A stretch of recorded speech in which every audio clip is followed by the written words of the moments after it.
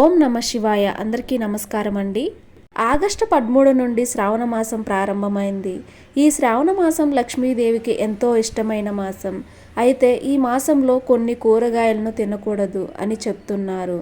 ఈ శ్రావణ మాసం లక్ష్మీదేవికి గౌరీదేవికి ఎంతో ప్రీతిపాత్రమైనది. ఈ నెల మాసంలో మనం చేసే చిన్న చిన్న పూజలు వ్రతాలు మనకు 100 రెట్లు ఫలితాన్ని ఇస్తాయి. కానీ అదే సమయంలో మనం చేసే చిన్న చిన్న పొరపాట్లు మన జీవితాన్ని అంధకారంలోకి నెట్టేస్తాయి. దీనికి కారణం మనకు తెలియకుండానే చేసే పనులు. ముఖ్యంగా కొన్ని కూరగాయలు తిని పూజలు వ్రతాలు చేయటం వల్ల శ్రావణ మాసంలో ఈ కూరగాయలు అస్సలు తినకూడదు. ఒకవేళ తింటే అనారోగ్యానికి గురవుతారు. అలాగే మీరు చేసే పూజలకు వ్రతాలకు ఫలితం దక్కదు. అలాగే శ్రావణ మాసంలో ఎలాంటి కూరగాయలు తినకూడదో ఈ వీడియోలో వివరంగా తెలుసుకుందాం. ముందుగా ఈ వీడియోకి ఒక లైక్ కొట్టి ప్రతి ఒక్కరూ ఓం నమ శివాయ అని కామెంట్ చేయండి. శ్రావణ మాసం వర్షాకాలంలో వస్తుంది. ఈ సమయంలో ప్రకృతి పచ్చదనంతో కలకలలాడుతూ ఉంటుంది. ఈ పచ్చదనం శుభానికి, కొత్త జీవితానికి సంకేతం. దీనికి శాస్త్రీయ మరియు ఆరోగ్య కారణాలు కూడా ఉన్నాయి. వర్షాకాలంలో సూర్యరశ్మి తక్కువగా ఉండటం వల్ల జీర్ణ వ్యవస్థ బలహీనపడుతుంది మరియు రోగనిరోధక శక్తి తగ్గుతుంది. ఈ సమయంలో నీటి ద్వారా పశువులకు, జలచరాలకు వ్యాధులు సోకే ప్రమాదం ఎక్కువ. ఈ మాసంలో తేలికగా జీర్ణమయ్యే ఆహారం తీసుకోవడం వల్ల శరీరం ఆరోగ్యంగా ఉంటుందని ఆయుర్వేదం సూచిస్తుంది. అందుకే ఈ మాసంలో చాలామంది శాకాహారాన్ని మాత్రమే తింటూ ఉంటారు. మాంసాహారాన్ని తినరు. అందరూ ఈ నియమాన్ని పాటించరు. కొందరు మాత్రమే శ్రావణ మాసంలో ఒక నియమంలాగా పెట్టుకుని తినకుండా ఉంటారు. మిగిలిన వారు పూజలు చేసే రోజుల్లో మాత్రం నాన్ వెజ్ తినకుండా ఉంటే మంచిది. శ్రావణ మాసంలో మాంసాహారం తినటం తినకపోవడం అనేది ఎవరికి వారు వ్యక్తిగతంగా నిర్ణయించుకోవాలి. శ్రావణ మాసంలో మాంసాహారం తినకుండా ఉంటే మంచిది. తిన్నా తప్పేమీ కాదు. ఇక శ్రావణ మాసంలో కొన్ని కూరగాయలను కూడా తినకూడదని చెప్తున్నారు. కాదని ఈ కూరగాయలను తింటే మీరు కొన్ని పూజలు చేసిన ఫలితం మాత్రం రాదు.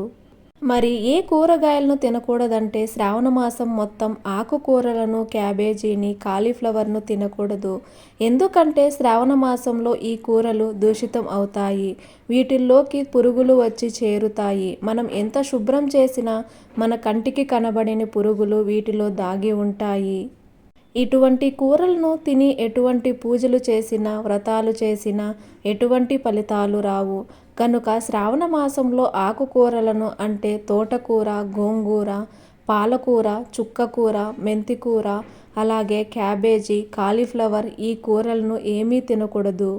కూర రూపంలో కావచ్చు, ఫ్రై రూపంలో కావచ్చు, నూడిల్స్, ఫ్రైడ్ రైస్లో కనుక కలుపుకొని కావచ్చు. అంటే క్యాబేజీని నూడిల్స్లో, ఫ్రైడ్ రైస్లో కలుపుతారు కదా, అలా ఏ రూపంలోనూ కూడా ఈ శ్రావణ మాసంలో ఈ కూరగాయలను తినకూడదు. కాదని తింటే మీ ఆరోగ్యం ఖచ్చితంగా పాడవుతుంది. అలాగే మీరు చేసే పూజలకు కూడా ఫలితం అనేది రాదు. వీటితో పాటు శ్రావణ మాసంలో వంకాయ కూరను కూడా తినకూడదు. వంకాయ కూర రూపంలో కావచ్చు, ఫ్రై రూపంలో కావచ్చు, బజ్జీల రూపంలో కావచ్చు, ఇలా ఏ రూపంలోనూ కూడా శ్రావణ మాసంలో వంకాయలు తినకూడదు. కనుక ఆడవారు శ్రావణ మాసంలో ఈ కూరను వండకండి. ఎవరు ఈ కూరను తినకండి. ఇంట్లోనే కాదు బయట రెస్టారెంట్లో, హోటల్లో ఈ కూరగాయలను తినకూడదు. కాదని తింటే మాత్రం అనారోగ్య సమస్యలు వస్తాయి. లక్ష్మీదేవి ఆగ్రహానికి గురవుతారు.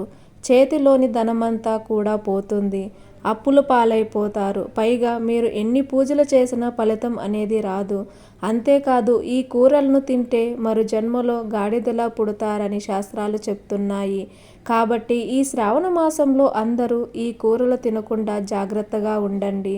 ఈ వీడియో మీకు ఉపయోగకరంగా ఉంది అని అనిపిస్తే ఖచ్చితంగా ఒక లైక్ కొట్టి మన ఛానల్ని సబ్స్క్రైబ్ చేసుకుని ఈ వీడియోలో మీకు ఏమైనా సందేహాలు ఉంటే కామెంట్ ద్వారా తెలియజేయండి.